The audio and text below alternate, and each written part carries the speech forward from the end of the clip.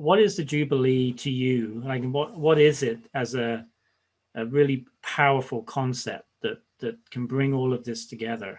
Yes. Working on Jubilee is an ancient practice. Actually, it's ancient teaching. We don't know whether it's really been really practiced from one Jubilee to another, but every 50 years, the society intentionally looks at and say, what have we gotten wrong these last 50 years that we got to get right so that every generation builds on the strengths of the last generation? It's kind of an evolutionary thing that is intentional. So that we look back 50 years, say, what did we get wrong? What did we get right? Forget what we got wrong, build on what we got right. And I can look at the history of Black people in America from 1865 to 1915. That was our first Jubilee in America. Black community, we had help all the way, but we built over 100 Black colleges and universities. We built churches, we built families, we built newspapers. First 50 years. Second 50 years, we were in an economic development phase, but we were also developing leadership. So from 1915 to 1965, we had Martin Luther King and Virgil Wood and all of the other folks who were shaped by that first Jubilee of institutional infrastructures. So that from 1915 to 1965, by 1965, we had one in Alabama, all those three places, Montgomery, Birmingham, and Selma for 1965. So from 65 to 2015 has been very uncertain for Black folks because we are now in that crack in the Liberty Bell where you've got to work out what is your relationship to the power structures. We haven't worked that out. And Martin Luther King said, towards the end of his life, he said, if I have to die, I want to die for poor people.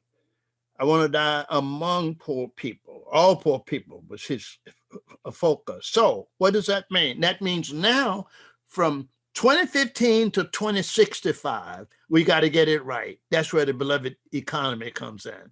We start off from 1865 to 1915. That was beloved community. Then the next 50 years, from 1915 to 1965, we developed the leadership and the understanding and the wisdom that will allow us now to be at the table in America to negotiate what are the power arrangements. And King says that the power arrangements must be that nobody is over anybody else. You got to understand that. If power is over anybody, then it's aggression. Power with is cooperative. So we got to create an economy where citizenship means we have power together, power with, and it acknowledges that the wealth generating capacity of a nation does not belong to any people. It belongs to God. And because it belongs to God, we have to figure it out so that from 1 50 year to the next 50 years, we're not destroying the possibility of our children's future. We've built it so richly that the children can they want to take what we leave them at. Right now, the kids don't want what we got because it's polluted, it's toxic. We got to develop what the children will look at and they say, I like this, let's build on it. And so that's kind of, my Jubilee. And of course, Ralph, I got it from, as you know, a man who'd been a slave, Grandpa Jesse, around Charlottesville, outside of Charlottesville, where I grew up. But I'm happy now to know that Fred Douglass wrestled with it too. And I'm waiting for that book. Fred Douglass's Civil War, keeping faith in Jubilee. He kept faith in Jubilee.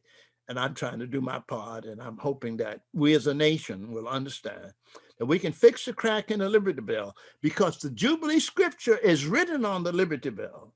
Proclaim liberty throughout the land unto all the inhabitants thereof. It shall be unto you a Jubilee. We're waiting for America to embrace the possibility of her Jubilee. And that's my little spiel on that. That's powerful. That's the book right there. All right. That's the book we have to write. That's right. Exactly.